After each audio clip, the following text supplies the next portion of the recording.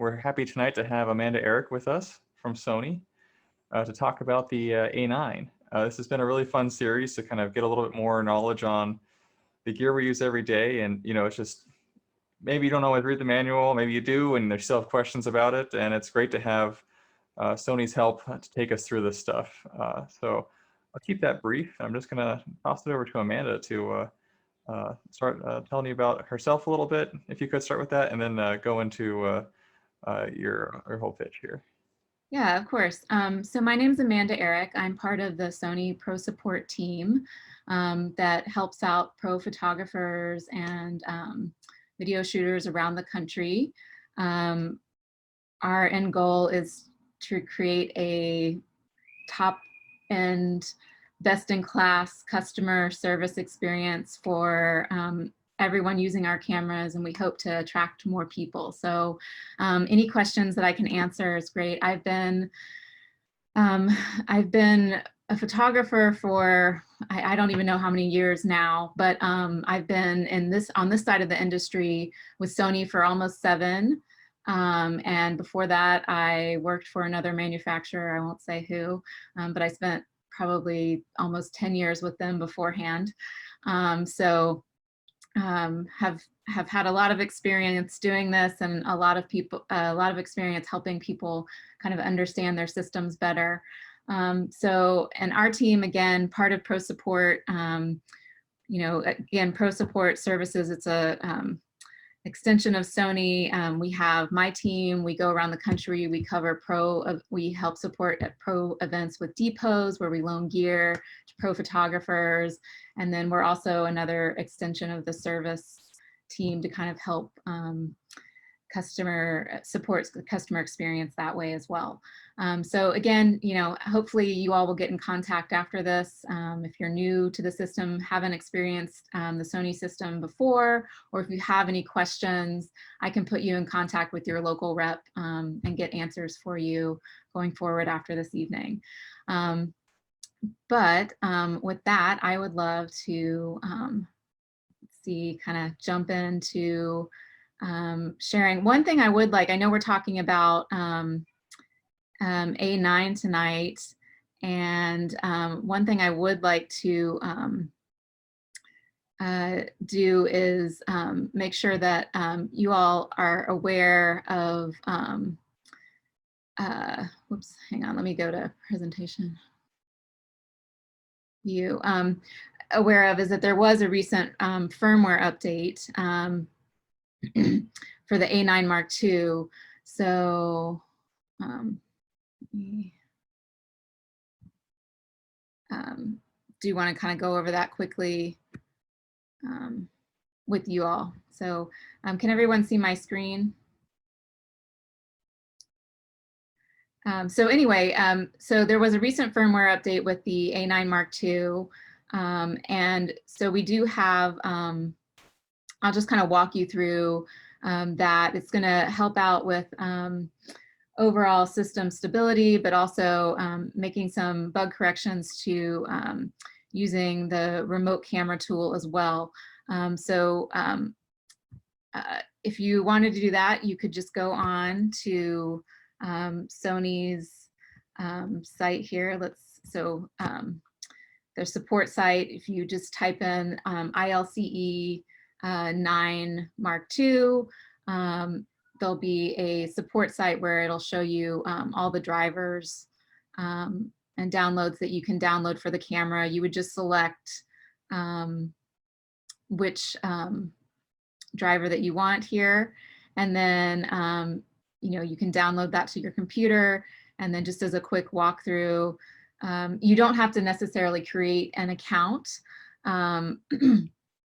but it'll take you through, and you know, you would, for Mac, this is just an example of what it would look like on a Mac. You double click on the system software updater, and then you can go through and it'll ask you, you know, do you want to, you know, connect the camera to the computer. Sometimes you may run into an issue where if you don't have the camera driver installed already, it does ask you, for your computer password to make sure it's okay to download. You may have it pop up. Sometimes you'll see this pop up. You need to install a camera driver. That's not a big deal. Just it'll walk you back through that if you go back over to the Sony page.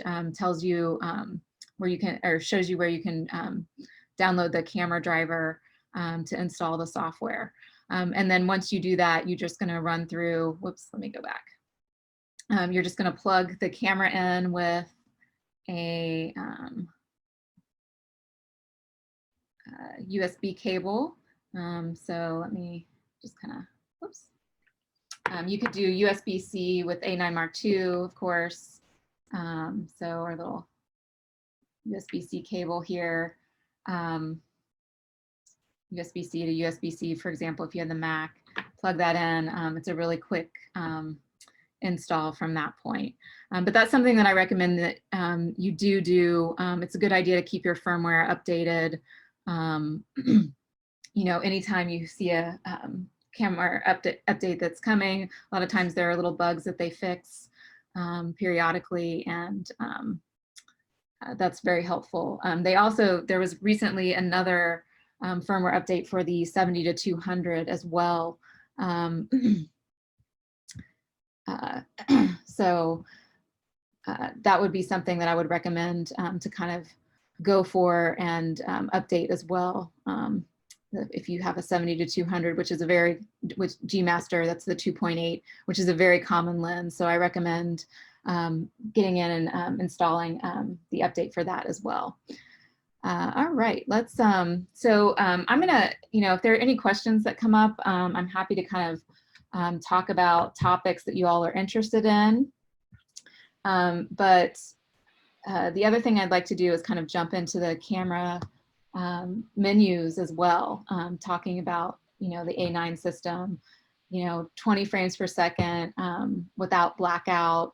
If you haven't experienced that before, it's something that I recommend.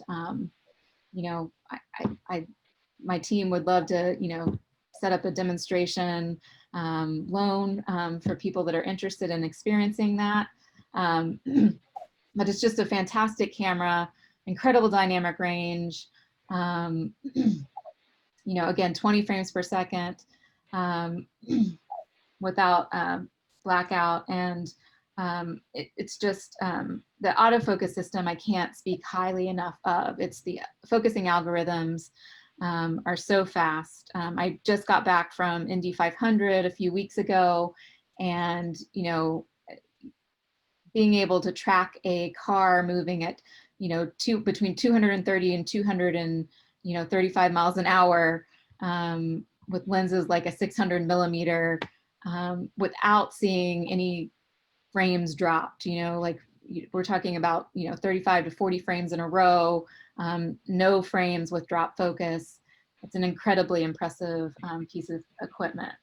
But one of the things that I hear most often with people that are new to the system or that are using it already is they want to learn more about the menu and get into that a little bit more and how to set up and customize the camera.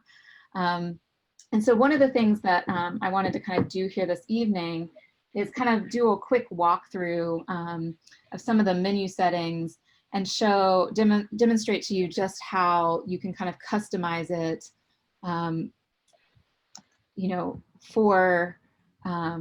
for you, so that you can really get in and use the camera, for your particular shooting situation. So first thing I'm going to do here is I'm going to show you kind of the back. This is an A9. I'm actually, the camera I'm using for the live view right now is an A9 Mark II. So we'll be going into the A9 Mark II menu, but I'm going to show the back of the original A9 just to kind of point out where some things are. So you've got up on top here, as I was showing before, you've got your general mode dial here where we've got our different mode settings. You have up to 3 different custom modes that you can create where you can get in and save settings. And then your dial here on the left is actually stacked. I'll talk about that here in a second, but then you also have a exposure compensation control. And one of the changes that they made to the A9 Mark II is the exposure compensation dial actually has a locking button. And just to kind of show you what that looks like, I've got another camera plugged in here, but it's simply a, you know, a locking button here where we can, you know, click down and click up to lock. So if it's in the down position, it won't turn. Click it up, and then I can rotate there and turn the dial.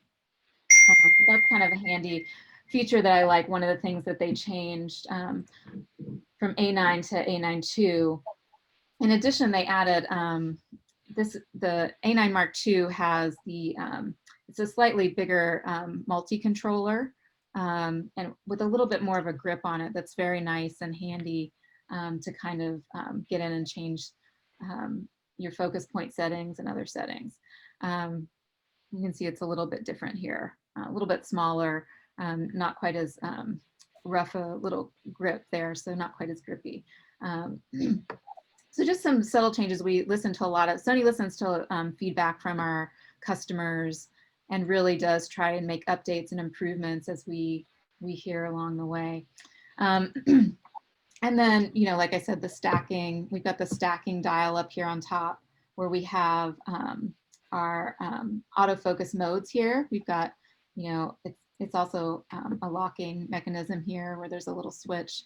So we got manual, we have manual focus, direct manual focus, which combines both manual and autofocus. So you can autofocus and then fine tune manually if you like. Autofocus continuous.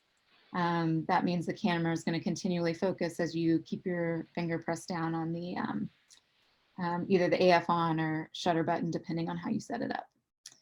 And then autofocus single, that's it, focuses and locks focus initially. And so doesn't resample focus. And then I'm going to flip that back to continuous so I don't forget later. And then your drive modes up on top for bracketed shooting, high-speed drive, and low and medium and single shot.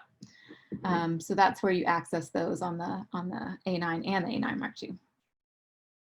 All right, talk about that.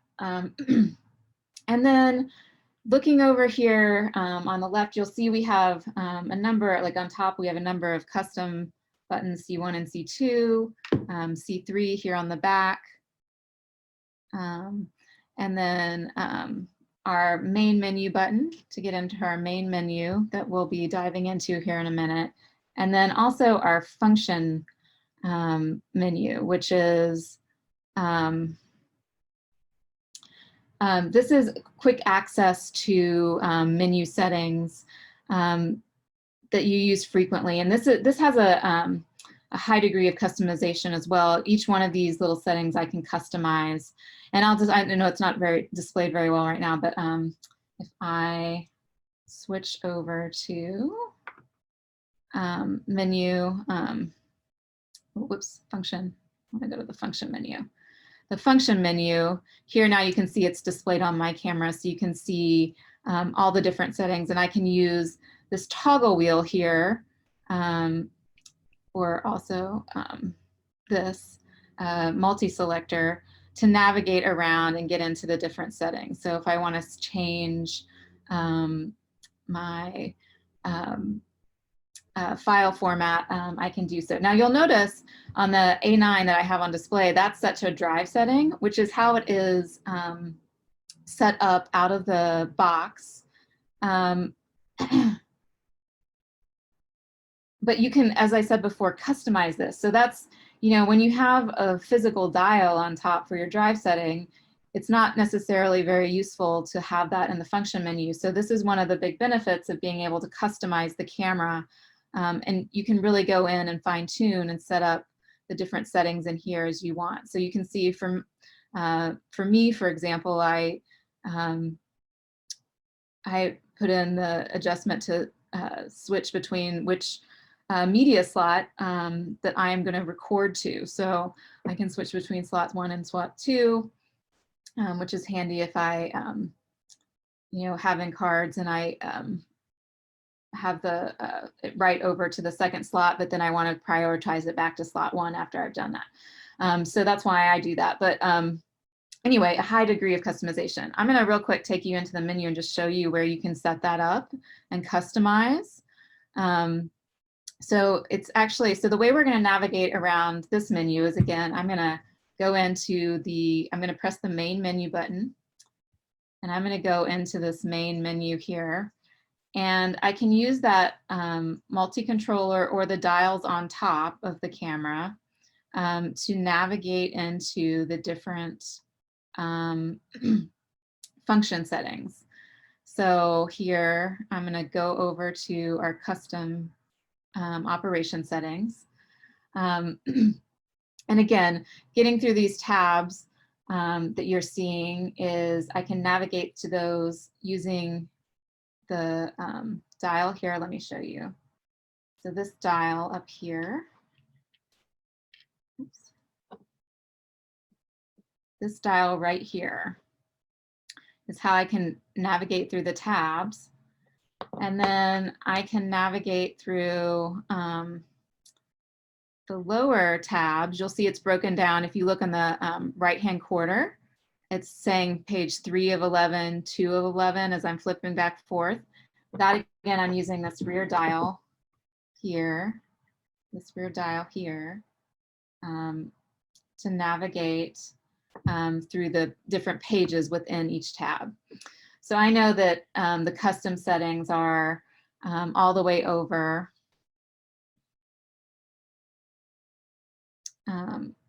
under custom operations in the function menu settings. And so again, I can go in and I can customize this exactly how I want to. And I'm already noticing some of my settings because I had actually, I was speaking to a different group just before this. Some of my settings that I usually have are already kind of changed and moved around in here. So I could go back and change, for example, so if I look here, I have my raw JPEG setting here. I could change that to, if I wanted to switch to APS-C Super 35, if I wanted to have in the function menu a crop setting, for instance. I wouldn't necessarily want to do that. And here I might assign that to a custom button instead, which I also have the option of doing. There's a lot of different ways that you can go in and really customize and fine tune the camera. And the other thing that you'll notice here is that not only do I have the ability to customize this function menu for still shooting, but I can totally set a completely different set of functions for the function menu when I'm shooting video. So if I turn this dial on top, right now I'm shooting stills, I hit the function menu, you see I get one display of settings. When I turn my dial on top the camera to the video functions, and I bring this up, function menu up, I now have a totally different set of custom settings. Okay, I'm going to switch back to manual. Hey, Amanda, I've Yeah. got a quick question for you. Yeah. David Newman has a question about recommended strategies for autofocusing on one face in a crowd, especially when that face is not closest to the camera. Do you have any thoughts on that? Yeah, so with these cameras, you can, well, there's a couple different ways that you could go about doing this. Our tracking is actually very good. So if we go to, and I guess I'll have him refine the question if this doesn't answer it. But if you have face detection set, which let's go to our autofocus settings.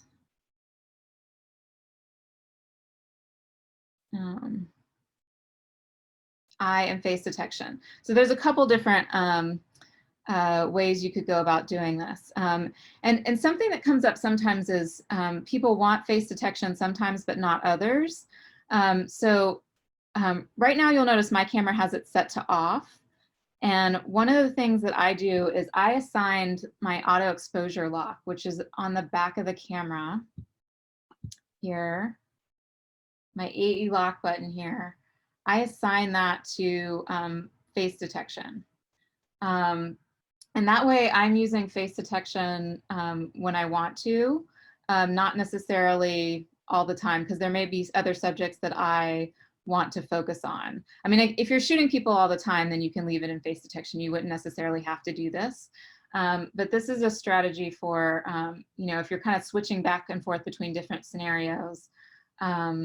So I would set my, I would go into my, so I have this set to off, and then I go into my custom menu.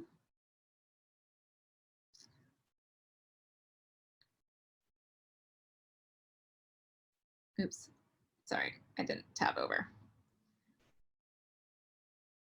Custom operation, and I'm gonna go over to, oops, the second, see how it's highlighted the number 2 button, which is my AE lock button on the back of the camera. It's button right here. It's highlighted that in orange.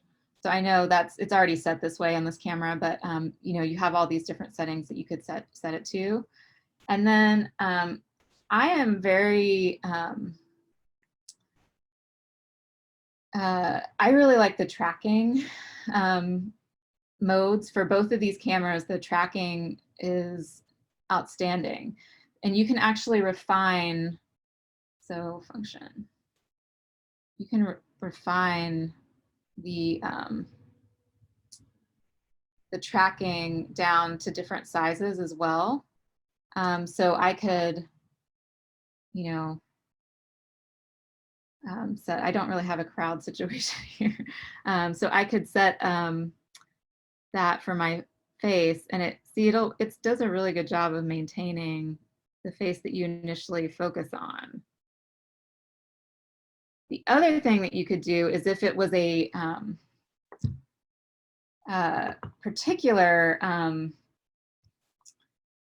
person, like let's say a person that I recommend, there's not a lot of situations I recommend this for, but if you have the one situation I do is if you have a bride-groom situation where you know there's a particular face that's going to be the main focus of the day, you can actually go in and you can register faces, a particular face as well.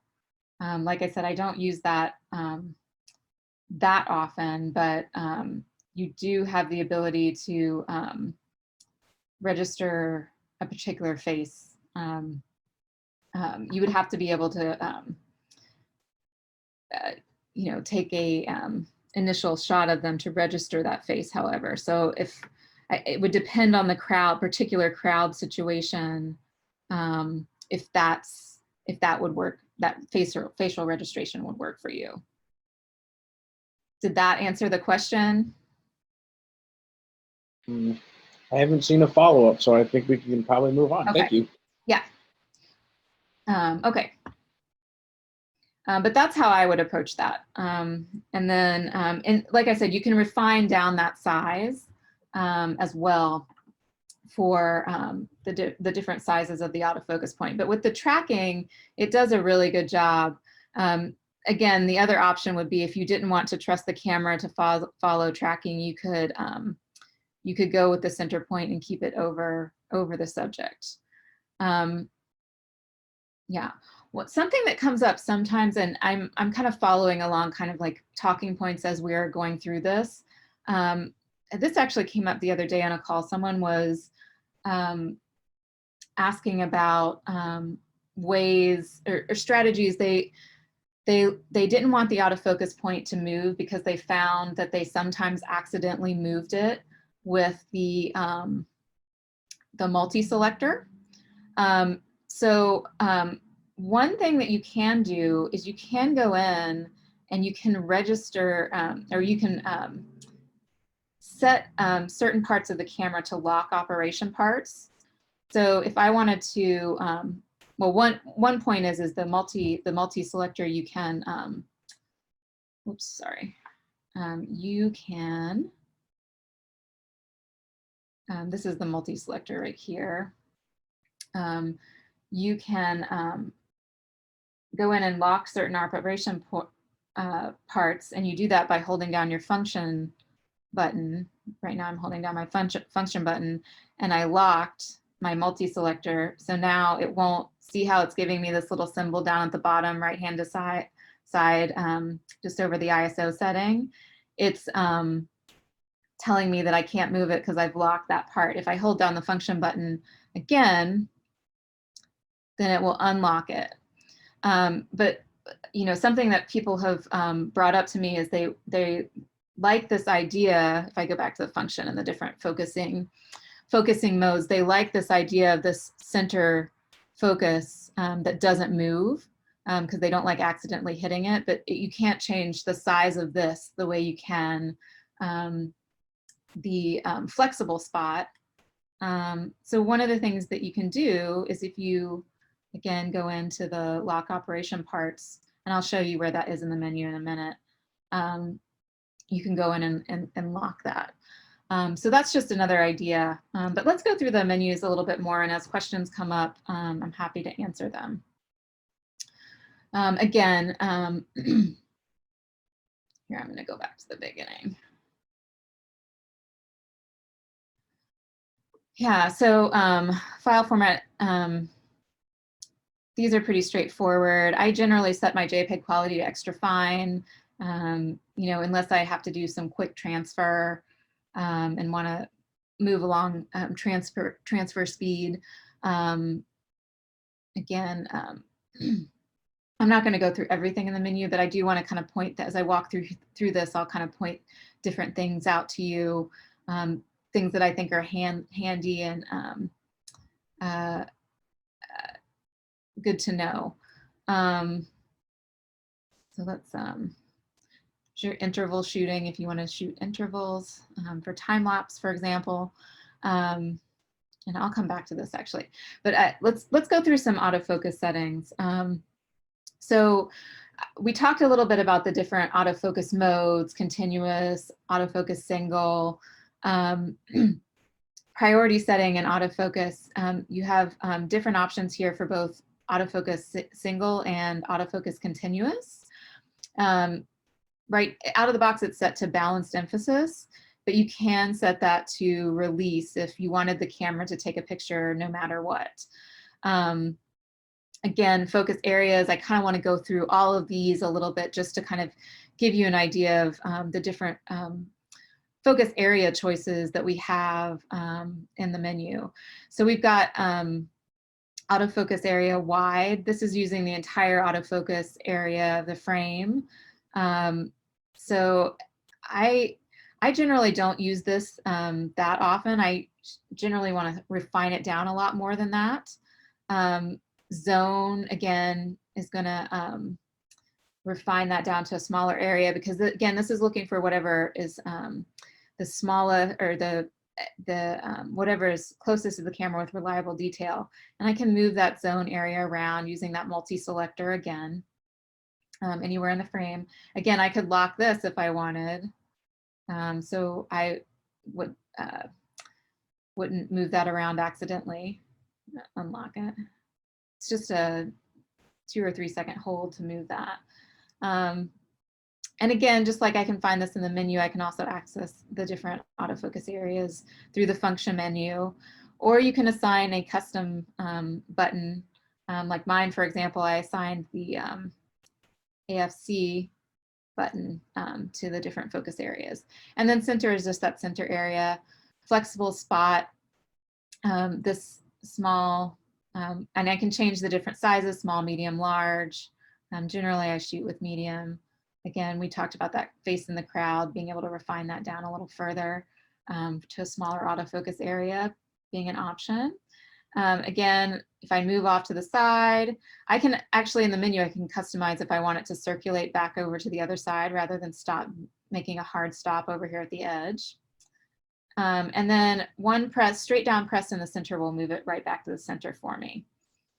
Again, going back into these, you can change the different sizes of that focusing point. And then expandable flexible spot. I find this kind of handy if you have, you know, fast moving subjects that are moving in and out of the frame. It kind of gives, it uses surrounding points to kind of help maintain focus on the subject, and it's flexible just like flexible spot. And then we have the tracking mode. So the way I kind of explain this to people is we have all the same autofocus areas that we just went over. But the real difference here is that with tracking, the camera is using the focusing algorithm to really try and stay with the subject. So the way I think of tracking is I'm telling the camera where to initiate focus, and then the camera is going to try and maintain focus on that subject from that point forward. So if I go to, let's go to wide area, and I initiate focus on, you still have to kind of be in the foreground. It's going to try and track the subject all the way through. Whereas in the other modes, you would see it jump around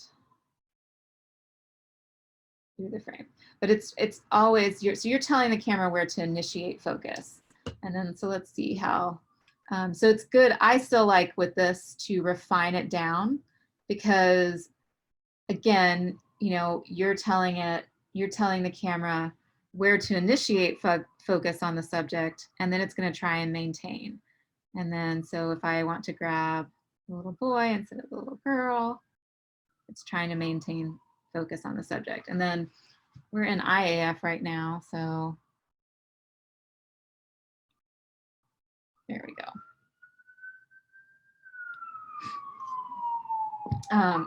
So that gives a little idea.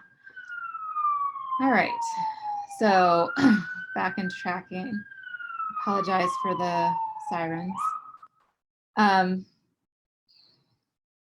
And then this is also something that I think is very handy because, as I discussed with you before, I am someone that there are a lot of these autofocus modes that I just don't use that often. So you can actually go in and limit the number that your focusing modes that you're, or excuse me, focusing areas. The focusing modes are AFC and AFS, for example, but the autofocus areas, you can go in and refine these. So I almost never use wide, for example. I may on occasion use zone, but you know, center is not something that I use very often. I generally don't use large either. So, you know, and some of these you may want to leave in, but it's just an example of how you can kind of go in and really refine the camera down to really function and work for you. You know, so you're not having to, you can eliminate the things in the menu that you don't want. So now when I hit my C1 button, it's only toggling through a few of them rather than, you know, so many choices to choose from. But we gave you the option, so you can really get in and use the modes that you want. So that's one important point I wanted to hit on with this. And then switch autofocus, vertical, horizontal. I can change, you know, if I want the autofocus area to switch when I go to do a vertical shot versus a horizontal. And I can assign this to either just the point or the point and the autofocus area both. So I can go in and, you know, assign one when I flip vertical, so the point will actually move, or the area and the point would change when I flip to do a horizontal photo. You may like your you may like your point up just like a little bit beyond center for horizontal, for example, for ideal portrait framing. And so then you wouldn't have to move it when you flip the camera horizontal, it would just automatically be there. So that can be quite handy. And then we talked a little bit about the face eye autofocus settings and ways to kind of customize that already. And like I said, I put mine on my auto exposure lock button, but you may find your focus hold button on the side of the lens works better for you. That's one of the main points here, is that these cameras can really be customized to function how you want them to function. You know, something you might want to do is, if you are in a situation where you're sometimes you're shooting, you know, pets or animals a lot, and you want it to focus on the animal, you may want to assign a custom button to toggle back and forth between those two, or maybe you want to put that in the function menu. Both of those things can be done. So that's something that's really kind of handy. Okay, I'm gonna get back. And then I'll explain two things here, actually. I think this aperture drive and autofocus is something that's important to understand about mirrorless cameras, but also autofocus with shutter. So this is if you are a user that is a true back button focus user, you can turn off autofocus with shutter, which is, you know, if you want true back button focus, I recommend that you do that. If you want autofocus with shutter on, you can certainly leave it on. That's up to you, your choice. And then aperture drive and autofocus. There's a couple different settings here, and this is one point that I raise. Sometimes if you're in a really low light situation or a studio situation, and you're using flash or strobe photography, and it gets very low light. Traditionally, mirrorless cameras, they don't open the aperture up all the way to focus initially. So you can set it to focus priority, and then you'll actually, if you look down the barrel of the lens, as long as, and keep in mind that there are some lenses that this doesn't function with, but if you look down the barrel of the lens when you're focusing, you can actually see the aperture open and close. But this can speed up autofocus because it'll open to the widest possible aperture. So if you're, obviously if you're shooting with a 1.4, but you, for the strobe setting that you're using, have it at like 5.6, it's not opening up all the way to focus. But there is, as you see, this little warning that the aperture drive, there is some detectable noise from that. So you need to be aware of that with that setting. So let's move on. And then again, autofocus frame color. Out of the box, I believe it's set to white, which, you know, depending on your situation, you know, you may want to change this. I am a much bigger fan of the red. I just think it's much easier to see. And then I think that's a good one to kind of, that's one I usually cover with people and say that they should change. And I was talking about before, this does not circulate versus circulate. That's just, I'll change this now so you can see. So now you can see my autofocus point comes in one side and goes back the other. So that's pretty straightforward. I thought I saw a question come up. If there's a question, I'm happy to address. Nope, I don't Nope? Okay. see one. I think we're in. Okay. Hang on a second. All right, I'm sorry. Excuse me, Andrew. I just had a question from the home office. If it's tracked animals, and it looks like you answered it, so you're good. Okay, all right. My girlfriend, who takes a lot of pictures of our animals, was like, "Wait, does it do animals as well?" And then you showed that section. Yeah. And that made her very happy. So no, and I will say, kind of, you know, it depends on the animal how it does. Some animals do better than others. You know, horses, I think, you know, do pretty well, like kind of like, you know, square on or to the side. But if they're, you know, straight to the side to me, I notice sometimes it has a little bit of a hard time. So it is kind of dependent on the animal, although the algorithm gets better and better with each generation that I've seen. So, you know, I won't say 100% it's going to, you know, focus with any animal that you put in front of it, but I've definitely seen it work with horses. I've seen it works with, you know, dogs and cats very well. You know, lots of other animals that are, you know, have similar faces. It's there's a wide diversity of like face shape and eye size, and so that's why the difference is there. But it does very, very well, and definitely encourage you to give that a try with your four-legged friends. Yeah. So where was I? Oh, and then we kind of get into, you know, some of the different settings here. Different metering modes, for example. And again, I don't have to be going into this deep menu to be accessing all these things. Again, like for example, metering, you know, this is in my function menu. So this deep dive menu is really for you to kind of customize the camera.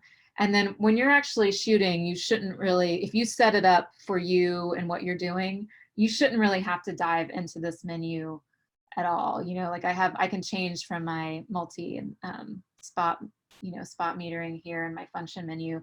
I don't have to be going into the deep dive menu to do that. So, but here, if you would want to change from, you know, multi, which is average metering, you could. And then priority and multi-metering, you can prioritize for a face in the scene. Like if you want to shoot like the average metering, but have it prioritize the exposure for the face, which I think you would often want to do. You can set that to on. And then spot metering, you can see I have mine set to focus point length rather than center for spot metering, because I want to meter off whatever it is I'm focusing on, generally speaking. So that's something to kind of be aware of. I'm gonna moving on, and then I'm gonna go through some of these kind of quickly. Some of your different creative style, that's great for, you know, creating kind of different looks. And then dynamic range, just so you're aware of dynamic range optimizer, it's going to bring back your highlight tones a little. I generally leave this off just because I think like if I'm shooting raw, for instance, when I bring them in, you know, one, it's not really being applied, and so my JPEGs can, when I'm comparing my JPEGs to my raw files, they can end up looking a little underexposed. So I generally leave that off, but that's a matter of preference as well. Custom white balance, you know, pretty simple. You can actually, you can assign up to 3, but you just arrow over, you know, you can hit, like if I wanted to meter off of, I don't actually have a expo dust or anything, but I could do my set and set my custom white balance here. Oops. Sorry about that.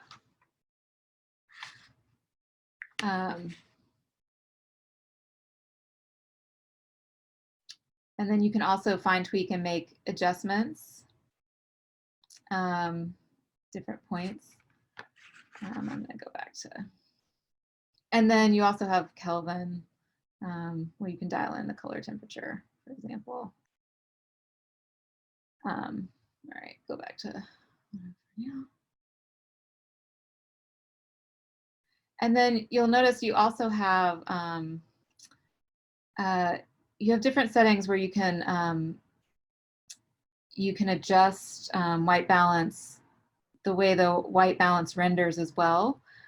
So if you don't like it to render a little more warm, like the way it would appear to, for example, under tungsten lighting, normal household bulbs, our eyes tend to see that a little warm, but if you want to render that more actual white, you can adjust your white balance.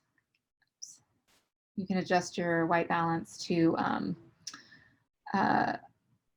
more of a white setting, to tend more to white setting. And then, which I like, I tend to, if I want to add warmth, I want to do that later. I don't want the camera to be deciding to do that for me. Slow quick. So this is, now we're getting into some of the video settings. Slow quick is a way to, and I'm going to run through these pretty quick, but you have your different video settings, but you can actually,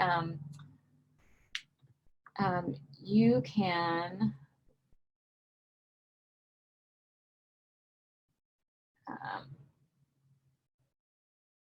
play. You can basically play back or have the camera render into slow motion. So if I want to record, at a higher frame rate, and then have the camera render that at 5 times slow motion, for instance. And this is actually, I had a clip. This was not with A9, this was A7S3, but just giving you an idea of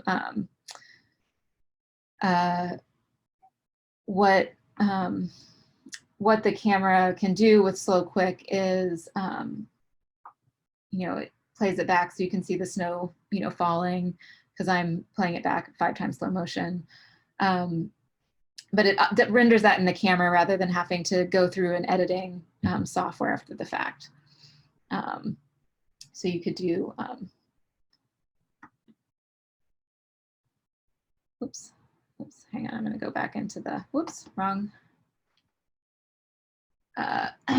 So I could do my record setting and do like 60p. No.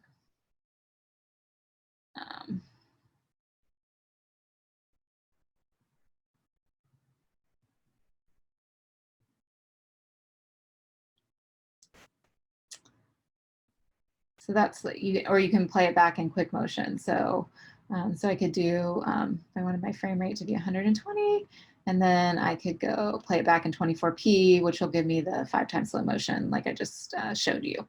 So I apologize, I played that back on A7S3 just because I don't have multiple A9s, A9 IIs handy. So it was handy to keep the clip in the third camera.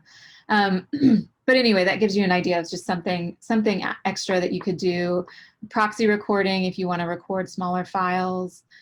And then you can make adjustments to the speed at which autofocus it would adjust from one subject to another as well. I'm not going to get too much into the video settings. This is something that always comes up, Ftp transfer functions. So you have a couple of different ways to transfer photos. You can transfer directly to the smartphone using Play Memories, Imaging Edge Mobile. Old habits die hard. Imaging Edge Mobile. So you can transfer to the phone directly that way. Or you could use our tag and transfer app. For example, if you had multiple cameras and you wanted to be sending images from more than one camera, like while shooting, you could use the tag and transfer app on the phone to do that. Or you can just transfer direct if you have an access point. If I wanted to upload to something like Photo Shelter, for instance, if I go in here, FTP transfer, I would want to make sure that that's turned on. Wi-Fi, so just to walk you kind of through the setups here for Wi-Fi, I'm not wired right now, but you could do wired through the Ethernet port as well. And then you just want to you know, set up your server settings. So I can go in, you can set the name. So this is my photo shelter account. I'm not going to change the name of it, but that's, you can change the name. You set your, you know, destination settings. You can do directory if you as well. You know, you can set this up multiple ways. You know, your user info, password, you would enter all that. This is where the files are going to. And then the one thing, this is something that I point out because you think you've got it if you've highlighted it, but you want to make sure that the little dot is orange for the server that you're going to use. So then I hit OK. And then there's different ways that you can, you know, you can do the setup as well. Save and load settings. This is something, when you save your settings on the camera, it does not save your STP or your FTP settings. So you would want to save those separately. I am a big fan of hanging on to these little teeny tiny cover. I have lots of these little cards laying around. I use these all the time. This has my camera settings and my FTP settings on it. I keep those in my little card wallet so I can load them back onto the camera after I've been messing around. And then, you know, you can set up how you're transferring the images. So, you know, I could say, you know, this folder, this media, you know, only the ones that I've tagged or protected right now, because I don't want to send every single images that I've shot. I could do, you know, only the ones that failed to transfer, for example, if I wanted to. So that's an option as well. So here, if I do this, it's 11 images, go OK. The one thing I didn't do that I'll show you real quick is, so I'm going to go OK and transfer my images. The one thing I did not show you is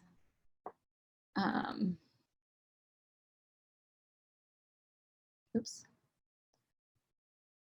Wi-Fi settings. So I just showed you how you set up where the images are going. You also need to set up the access point settings, which it's not going to let me do during transfer.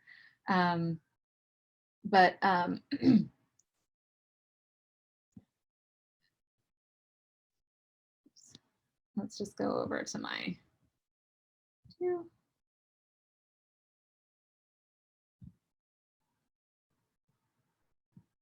photo shelter account, and those are starting to populate and appear there already. So, all right.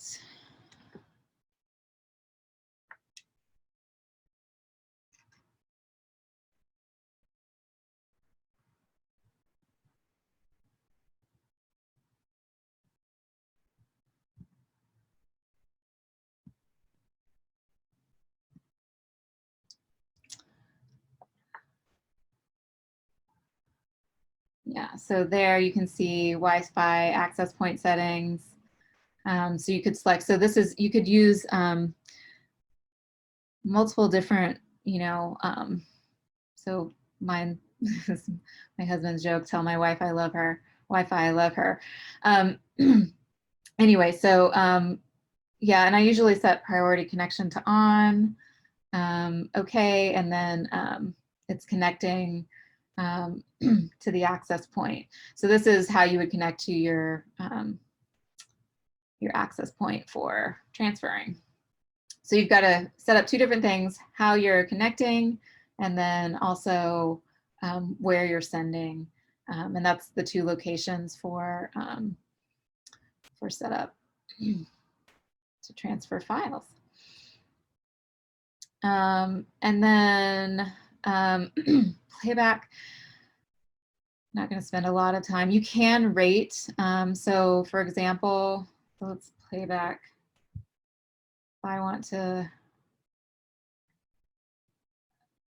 just silly shots of my kids, but I can, I can rate different images if I want. You can also do voice tagging. So I've got, you know, if I want to play back that image and say, oh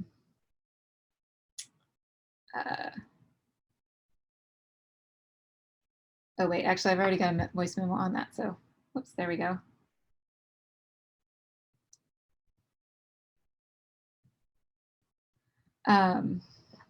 Oliver riding his bike. But we could set up voice tagging, and you can see when you've got a memo tag there, just up above his helmet, you've got the little musical symbol that tells me that I've tagged the image. And then, you know, voice memo, there's different ways that you can set this up. Default out of the box, it's the center button.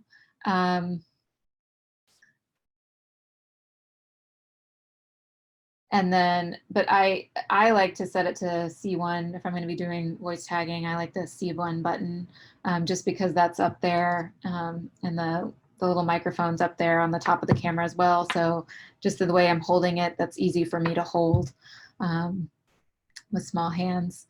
But anyway, let's go back into, and it's, you can do it to, like it records while you're holding down, or you press it to start recording, or press it to, and then press it again to stop. So there's different ways that you can set that up as well with the voice memo. Select playback media. I could select to playback on a different card if I want. This is one addition I would like to see. I want one more button. I want one more button for playback, because this is one that I'd like to add just to be able to switch playback media. If I'm doing the voice tagging and have a few other things set up that I like in playback, like my FTP transfer button, I'd like one more so I could switch playback media quickly in some situations. Not a big deal. It's pretty minor request. You can crop, you know, if you wanted to crop an image. I usually do that in post. I wouldn't want to, but a couple other things I'll point out. The anti-dust function. This is actually going to close the shutter to keep dust off the camera. You can enable that one. You know, I just point out, you know, your shutter mechanism is right there then, so you don't want to accidentally, you know, put a finger through it or anything. But that's one feature that you can enable as a means to combat dust. If you're cleaning your sensor, we only recommend using one of the Giotto blowers, big puffers, and then send it in to be professionally cleaned to pro support.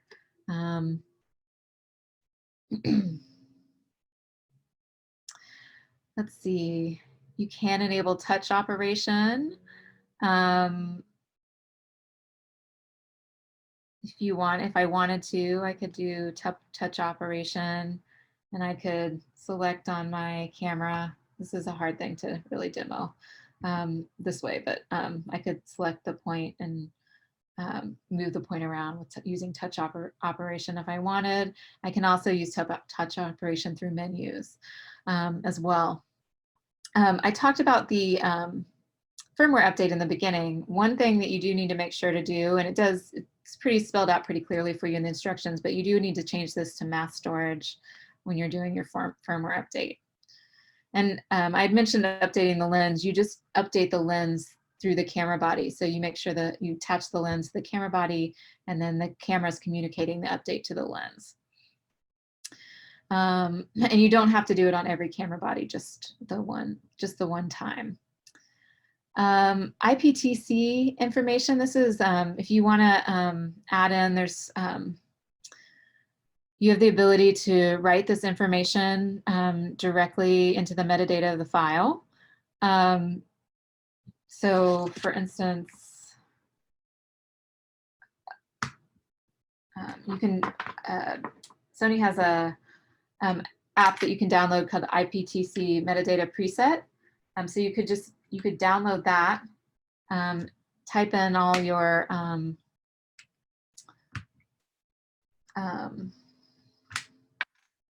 information about your models and your copyright info, etc. And then you can go in, and I did some earlier, so I've set that to on, register, registered IP, okay.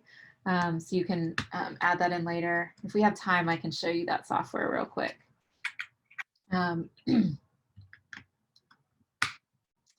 it's pretty straightforward. Yep. We are running to the end of our seminar, but if you want to show it real quick, that's great. Sure. Are there any questions? I don't see any in here. Okay. We've answered pretty much everything. Okay. Yeah, I think we're good. All right. But if you want to show this real quick, and then we can. Yeah. I don't have any questions. Go ahead. Does it not go till 9:30? It usually goes about an hour. Oh, okay. Yeah. I think the thing that they had sent me said it went till 9:30. So. Andrew, I will refer to you. What's that? Oh, I was going yeah, to. you can run it till 9:30 if Adam, you have time on your end to be here. Yeah, I can be here. Oh. Okay, Amanda, then you've got. Yeah. Let's go. You know what, I'll just real quick, I'll just add, I'll say a few things about the My Menu setting, and then I can just show the, I think we'll skip the Iptc. If somebody wants to get in touch with me about that, I can do a walkthrough with them. But anyway, My Menu's another, this is just another way to kind of customize the camera, where you can go in and you can create your own menu. So I can, if I arrow over, go in and, oops, I can add items and sort them.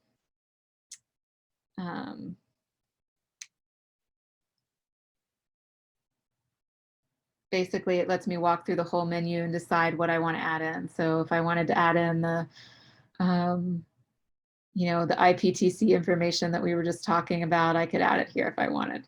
But you can add in anything that you want and kind of create your own menu. And then the other thing it lets you to do that's very handy is display from My Menu.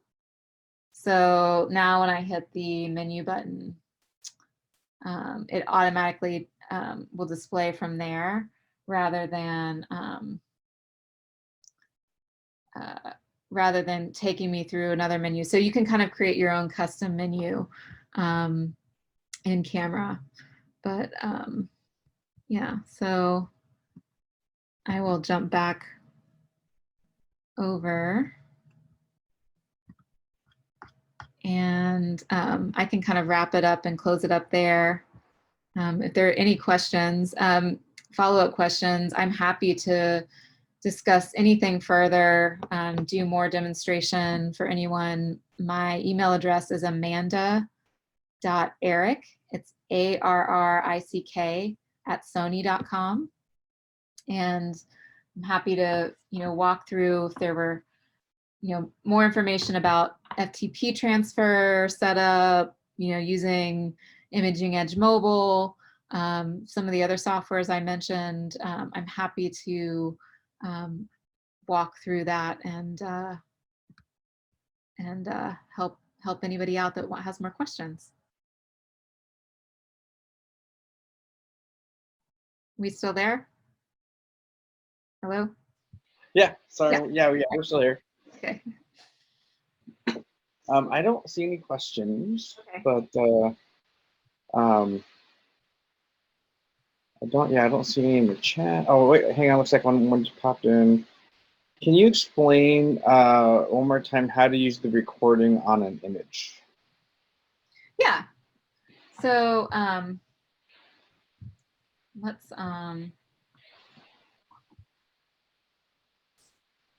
so if we go into, I should really set this up in.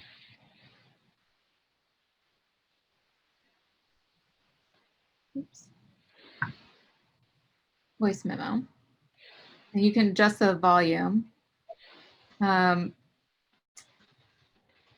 This will let you like play it back, but then you also have to assign a button.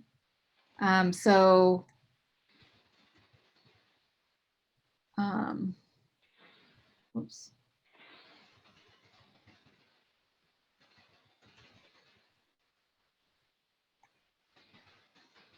So custom key playback. So let's see. I think I have, yeah, voice memo hold is set to C1 for me right now. So I assigned C1 to voice memo. And then if I go to playback and I want to record an image, I'm just going to hold down that C1 button and I'm going to talk to the top of the camera because the little microphone, it's hard to see. I'll show you where it is in just a second, but I'm going to say, this is my son on his bicycle, first time. And then I let off when I'm finished recording. And then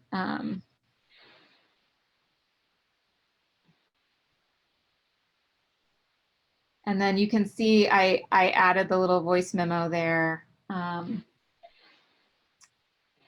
to say, this is my son on his bicycle, first time.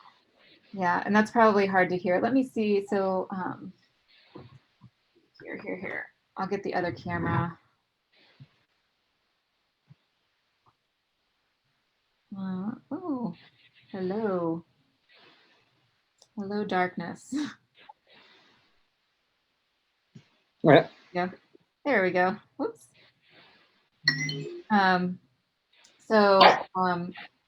Basically, here, I'm going to unplug this because I can't see the screen when I, so when I play it back, I'm going to say, this is my son on his bicycle, first time. And that's the recording playing back. And I'm just doing that by, I'm going to say, this is my son on his bicycle, first time. So that's really how you kind of go about doing that.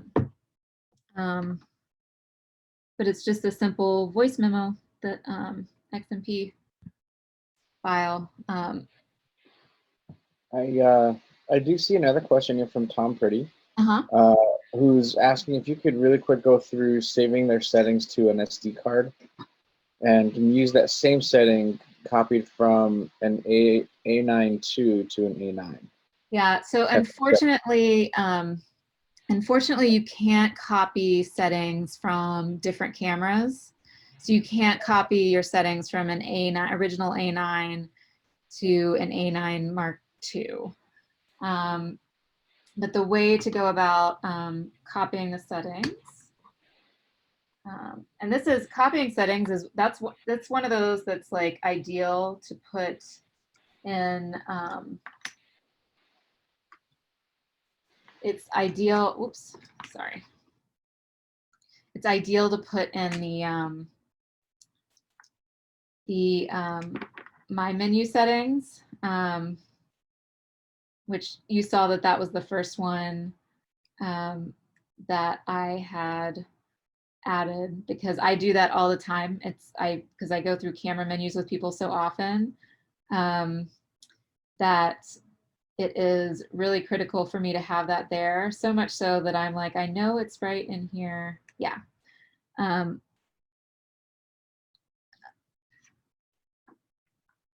So I have to think about where exactly it is in the menu. I know it's in the tool menu, but I couldn't remember which page. It's the last page. So,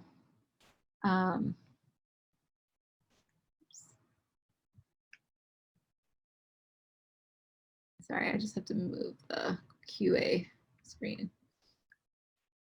Yeah, so all I'm gonna do, I put in that little card that I have. I'm gonna go into save load settings. If I was loading settings, I would go to load. Again, I have to this little screen. So my general settings there are the ones that I've saved already. But if I want to load another one there, it's going to overwrite my device's settings. Okay. Okay. And then if I want to save settings, let me go back. Let's say I want to save the settings, save new, and then I'm going to hit enter. I'm going to rename it something else, say. Let's see, we'll do in, oh, whoops, I meant to do an N.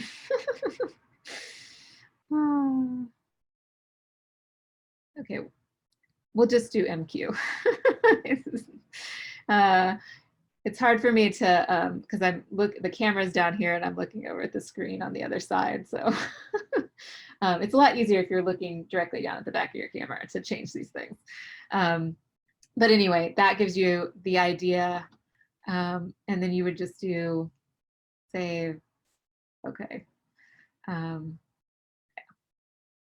But so you can save and load. And then if you wanted to do a setting reset, you could do that as well, but we're not going to do that right now. And then, like I said, those are your camera settings, but your FTP settings, you need to make sure to save those within your networking settings as well, which I had showed you before.